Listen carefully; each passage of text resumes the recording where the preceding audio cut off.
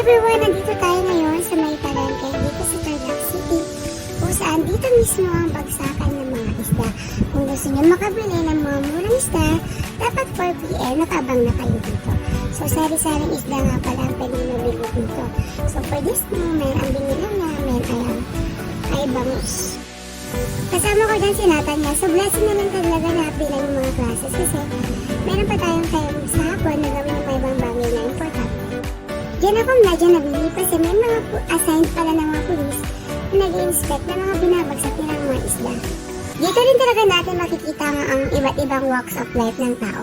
So kanina nakita natin ilan sa mga kabataan na trabaho nila dito na nililinis ang taon. So ang hirap talagang kumita pala talaga ng pera. So imagine mo yan, ang hirap-hirap ng ginagawa nila pero ikano kaya ang sinasahod nila. Pero ang paglilinis lang na natawa, isa pa rin ang mag-isente na trabaho. Tsaka feeling ko talaga dito, mas marami pa yung kita nila kasi dito, ikaw ang boss sa business mo, ikaw may hawak ng pera. Ikaw ang may hawak ng negosyo. Sa mga susunod na clips, observe lang natin ang buhay dito sa may palaisdaan. Ay, estate sa may bagsakan pala ng isda.